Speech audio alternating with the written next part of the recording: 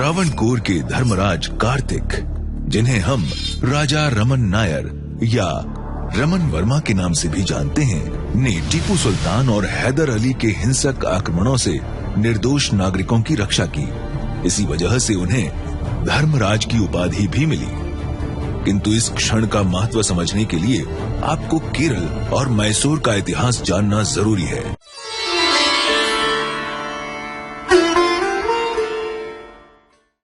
नवीं शताब्दी से पूर्व केरल पर चेरा और पांड्या राजाओं का शासन रहा। सन 1312 ईस्वी में अलाउद्दीन खिलजी के नपुंसक सेनापति मलिक काफूर ने दक्षिणी भारत पर आक्रमण किया। उस समय रवि वर्मा कुलशेखर पांड्य सम्राट के दामाद थे और उनकी जागीर भी थी। उन्होंने मलिक काफूर के लौट जाने के बाद कन्याकुमारी से कांचीपुरम तक का क्षेत्र अपने अधिकार में कर लिया। इस समय दो अन्य साम्राज्य जो केरल में विद्यमान रहे, कोलिकोड या कैलिकट का समुथरी या जमोरिन साम्राज्य और इडीमाला का कोलाथनाडु साम्राज्य, 1700 ईस्वी तक जाते जाते वेनाड साम्राज्य कमजोर हो गया था। इन विषम परिस्थितियों में लगभग 1729 में मार्तंड वर्मा वेनाड की राजगद्दी पर आसीन हुए। कोलाचेल में डच नौसेना, जिसे उस समय की सबसे शक्तिशाली नौसेना माना जाता था, के विरुद्ध उनकी जीत बहुत महत्वपूर्ण रही। उन्होंने ही त्रावणकोर राज्य की स्थापना की। अपनी मृत्यु से पहले उन्होंने कार्तिक तिरुनल रामवर्मा को अंतिम निर्देश देकर उत्तराधिकारी घोषित कर दिया। आगे चलकर यही रामवर्मा धर्मराज के नाम से प्रसिद्ध हुए। 1757 में जब धर्मराज राजगद्दी पर आसीन हुए, उस समय भारत के अन्य हिस्सों में कई महत्वपूर्ण घटनाएं घट रही थीं, जिनका प्रभाव पूरे देश पर पड़ा। रॉबर्ट क्लाइव ने मीर जाफर की मदद से प्लासी की लड़ाई जीत ली। इस प्रकार Bengal British East India Company के अधिकार में आने वाला पहला प्रांत बना। 1760 ईस्वी में उन्होंने वालीवोश की लड़ाई में अपने एकमात्र प्रतिद्वंदी फ्रांस को हरा दिया और तमिलनाडु क्षेत्र के निर्विवादित शासक बन गए। उन्होंने इसे मद्रास प्रेसिडेंसी का नाम दिया। 23 अक्टूबर 1764 में हुई बक्सर की लड़ाई में ईस्ट इंडिया कंपनी के सैन्य बलों ने हेक्टर मुनरो के नेतृत्व में बंगाल के मीर कासिम, अवध के नवाब और मुगल शासक शाह आलम द्वितीय की संयुक्त सेना को बुरी तरह से मात दी। अब ब्रिटिश क्षेत्रीय महाशक्तियों जैसे मैसूर राज्य, मराठा साम्राज्य और केरल के साम्राज्य के साथ सीधे सैन्य टकराव की स्थिति में थे। इस समय मैसूर राज्य में कई महत्वपूर्ण घटनाएं हो रही थीं। 1760 ईस्वी में कृष्णराजा वोडियार वहां के शासक थे, लेकिन उनकी दुर्बलता के चलते उनका महामंत्री हैदर अली उनसे अधिक शक्तिशाली हो गया। हैदर अली बहुत महत्वाकांक्षी व्यक्ति था और अपने राज्य के विस्तार के लिए भूखा रहता था। हैदर अली ने 1766 में मालाबार पर पहली बार आक्रमण किया। उसका उद्देश्य बंदरगाहों पर नियंत्रण पाना और पुतियानगढ़ की अपार धन संपदा को लूटना था। हजारों लोगों को मौत की घाट उतार दिया गया। बचे हुए लोग मैसूर के पर्वतीय क्षेत्रों में भागने को विवश हो गए। इस सब के बावजूद हैदर अली सारे मालाबार को अपने नियंत्रण में नहीं ले पाया।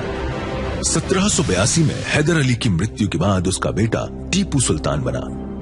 उसे एक बड़ा राज्य तो मिला ही, लेकिन साथ ही मिले चिर परिचित शत्रु मराठा, ब्रिटिश, मालाबार और हैदराबाद का निजाम। टीपू जटिल व्यक्ति था। एक ओर उसने सुधार के काम हाथ में लिए, मैसूर की धन संपदा को बढ़ाया, गठजोड़ के द्वारा सेना को और भी शक्तिशाली बनाया, आधुनिक हथियारों के उपयोग को बढ़ावा दिया, जैसे मैसूर के रॉकेट। वहीं दूसरी ओर वो अत्यंत निर्दयी और धार्मिक कट्टरपंथी था, जिसने हिंदुओं और ईसाइयों के विरुद्ध चरम हिंसा का प्रयोग किया। क्षेत्रीय प्रभुता और कन्नड़ को हटाकर फारसी भाषा को थोपने के उद्देश्य से उसने कूर्ग में कुड़वों का बड़ी संख्या में कत्ल करवा दिया। उसने 1788 में अपने पिता की ही तरह मालाबार पर आक्रमण करने की योजना बनाई। उसने अपने सैन्य अधिकारियों से कहा, मालाबार राज्य हमें राजस्व नहीं दे रहा, उन पर आक्रमण करो और उन सब काफिरों को ऐसा सबक सिखाओ कि वो जीवन भर न भूलें। उसकी सेना ने वहां के लोगों को अमानवीय यातनाएं दी। माताओं के साथ उनके बच्चों को बांधकर एक साथ फांसी पर लटका दिया। हिंदुओं और ईसाइयों को नग्न कर हाथियों के आगे फेंक दिया, जब तक कि उनके शरीर के टुकड़े टुकड़े न हो जाएं। चर्चों और मंदिरों को जला दिया गया। बड़ी संख्या में हिंदू और ईसाई अपनी सुरक्षा के लिए त्रावणकोर चले गए। राम वर्मा ने उन सबको शरण दी। उनका इस तरह से मालाबार से आए लोगों को शरण देना टीपू को बेहद अपमानजनक लगा और अब वो राम वर्मा को सबक सिखाना चाहता था।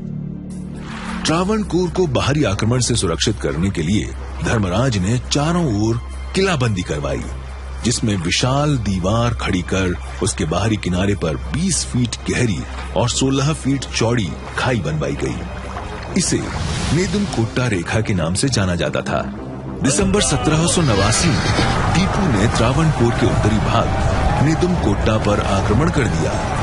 त्रावणकोर के सैनिकों ने उसकी सेना पर चारों ओर से हमला बोल दिया। वाइकोम पद्मनाभ के निर्देश में 20 सिपाहियों के एक दल ने टीपू के सेनापति मीर कमरुद्दीन खान को घात लगाकर मार डाला। टीपू खुद इस लड़ाई में बुरी तरह जख्मी हो गया। उसकी तलवार और अन्य निजी सामान त्रावणकोर की सेना ने अपने अधिकार में ले लिए। टीपू बड़ी मुश्किल से वहां से जान बचाकर भागा।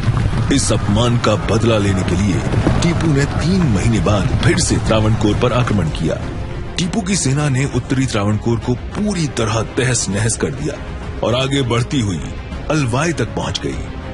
वहां उसने पेरियार नदी के किनारे डेरा डाला। वहां पर त्रावणकोर की सेना ने नदी के पानी को रोकने के लिए एक बड़ी दीवार खड़ी कर रखी थी, जिस वजह से नदी का पाट सूखा था, पर ये टीपू की सेना के लिए मौत का कुआं था। त्रावणकोर की सेना ने मौके का फायदा उठाते हुए अचानक से उस दीवार को तोड़ दिया और सारा पानी तेज प्रवाह से टीपू की सेना पर उमड़ पड़ा। टीपू की आंखों के सामने ही उसके 400 घुड़सवार पानी में बह गए। उसके लिए स्थिति और भी विकट बन गई जब उसकी बची हुई सेना पर पीछे से सेनापति काला कुट्टी नायर ने हमला बोल दिया। टीपू की एक बार फिर से करारी हार हुई। वो खुद इतना घायल हो गया कि उसको सैनिकों के कंधों पर उठाकर ले जाना पड़ा। ठीक होते ही टीपू ने अपने सैनिकों को फिर से ललकारा, आओ इस बार और भी बड़े आक्रमण की तैयारी करते हैं और उस दुष्ट काफिर रमन नायर को मजा चखाते हैं। इस पर उसके एक सैन्य अधिकारी ने जवाब दिया, सुल्तान, हमें पता चला है कि अंग्रेजों ने धर्मराज को मदद की पेशकश की है। हमें आक्रमण करने से पहले एक बार फिर से विचार कर लेना चाहिए। इस स्थिति में टीपू ने और पराजय एवं अपमान झेलने की बजाय श्रीरंगपट्टनम भाग जाने में अपनी भलाई समझी। उधर ब्रिटिश ने मराठा, हैदराबाद के निजाम और धर्मराज के साथ मिलकर टीपू को हराने के लिए गठबंधन कर लिया।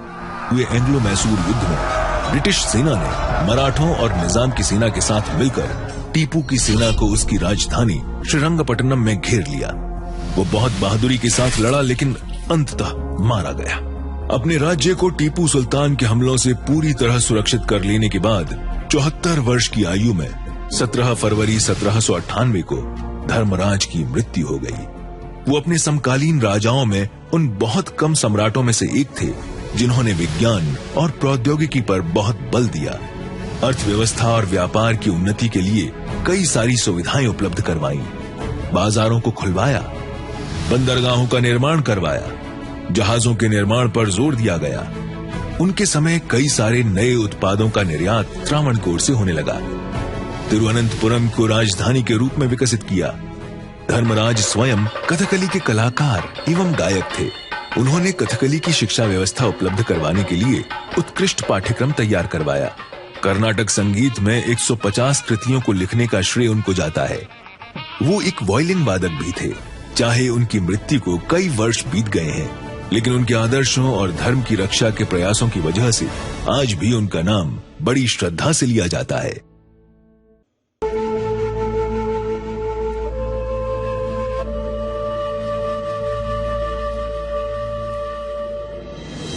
ऐसे और वीडियो देखना चाहते हैं तो स्क्रीन पर बताए गए किसी भी माध्यम से हमें सपोर्ट जरूर करें। दोस्तों, अगर आपको ये वीडियो पसंद आया तो लाइक, कमेंट, शेयर और सब्सक्राइब करें।